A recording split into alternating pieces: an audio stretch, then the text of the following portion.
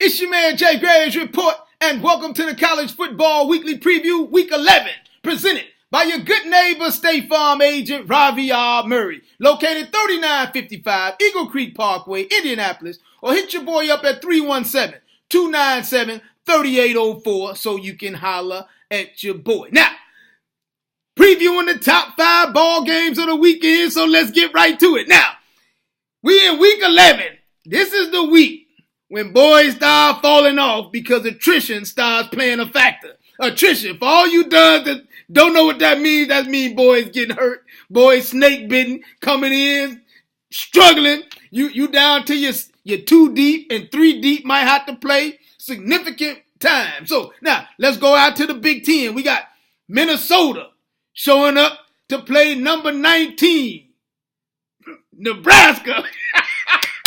We got to make sure this is Nebraska, because Nebraska coming off getting blasted last week. These duns got 63 points put on them down out of Ohio State. So they needed dental records to identify these boys and put them back on the field this weekend.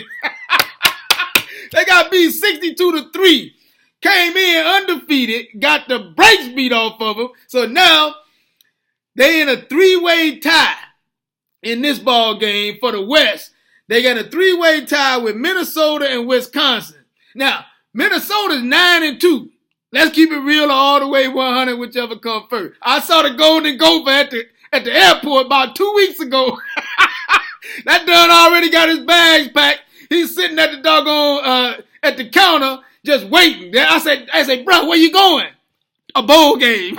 What bowl game? I don't know. We already won 6 games. I'm just sitting at the airport waiting to go.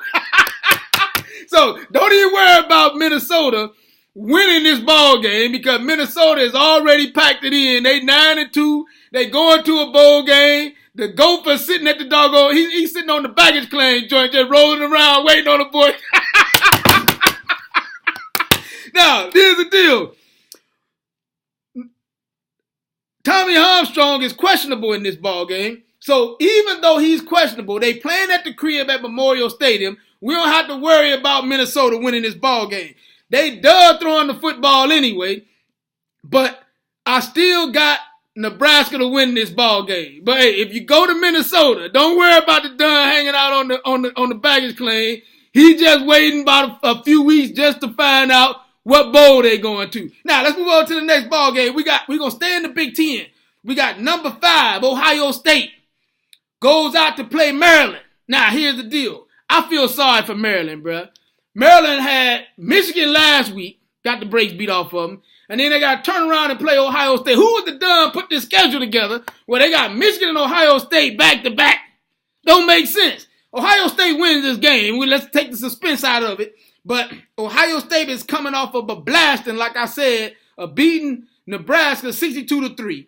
That was the largest point total that they've had versus a top 10 team in school history. Do you know how long they've been playing football at Ohio State? This is the biggest point total they've ever put on a top 10 team. So what that means is they coming into this ball game with crazy confidence. They last week they put up 590 yards, a total offense, and JT Barrett put up 290 and 4 touchdowns by himself. So the fact that they coming off with crazy confidence, they're going to beat the brakes off of Maryland. We're not even going to be able to recognize Maryland when this ball game's over. Let's move on to the next ball game. We stand in the Big Ten. We got number 3, Michigan, 9-0, going out to play Iowa in Iowa City. Iowa dub 5-4. They're going to get the brakes beat off of them. We're not even going to talk about Iowa. The reason I put this in the top 10 is because in the top 5 ball games, because I want the boys to understand that Michigan has the number 1 defense when it comes to total defense, scoring defense, pass defense. They got a playmaker named Jabril Peppers. Offensively, they run the ball like crazy, and Wilton Speak is showing up right now. This boy is playing ball. So, in my opinion, and I've said this several weeks before, the only team in America capable of beating Alabama is the Michigan Wolverines, especially when they got Jim Harbaugh wearing them cleats on the sideline and pulling boogers out his nose. That done got the booger bag. He ready for him. All we got to do is wait to find out where they playing, because Michigan and Alabama should be playing for a national championship. I would be surprised if those two teams aren't the two left when it comes down to it. Because Michigan is the only team that can slow down the run game of Alabama and force the young boy Jalen Hurts to throw the football. Last week, LSU slowed him down to some degree, but then they let him off the hook. He ran for 114 yards. He threw the dub pick, but he ran for 114 yards. You can't let him run the football. So now, speaking of LSU, let's go down to the SEC. We got number 24, LSU, going out to Fayetteville to play number 25, Arkansas. Now, here's the deal. LSU 5-3. They coming off of getting off of a huge tight ball game last week playing Alabama. They lost to Alabama 10-3, but it was now knotted up 0-0 after 3 quarters. The problem that LSU runs into, LSU has no offense. Never had any offense. They can't throw the football. They can't run the football. They had 125 total yards of offense last week. Leonard Fournette was held 17 carries, 35 yards.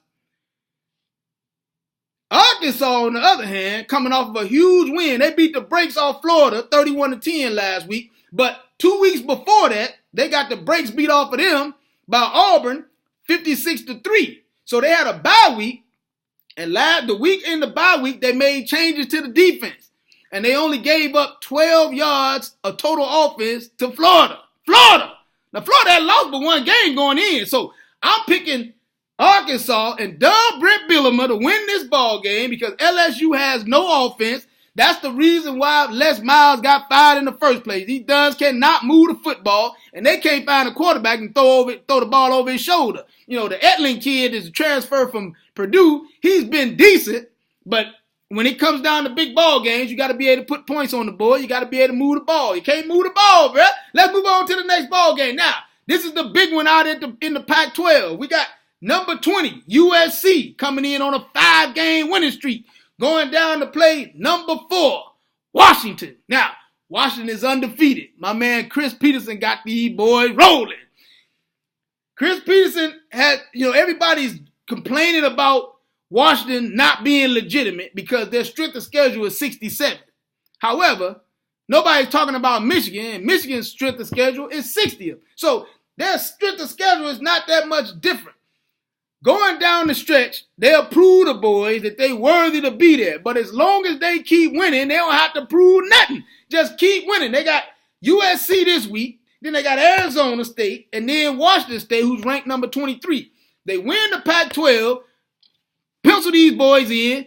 The playoff committee put them in the right spot this week because they're still undefeated. In my opinion, if you're playing in the Power 5 and you're undefeated, and it's 4 teams that are undefeated in the Power 5, they got to be the number 1, 2, 3, and 4. Ain't no way around it. It's what it is, and I got Washington to win this ball game, and we're going to call it a day. It's your man, Jay Graves Report from the JayGravesReport.com, or you can hit me up on Twitter at JayGravesReport so you can holler at your boy.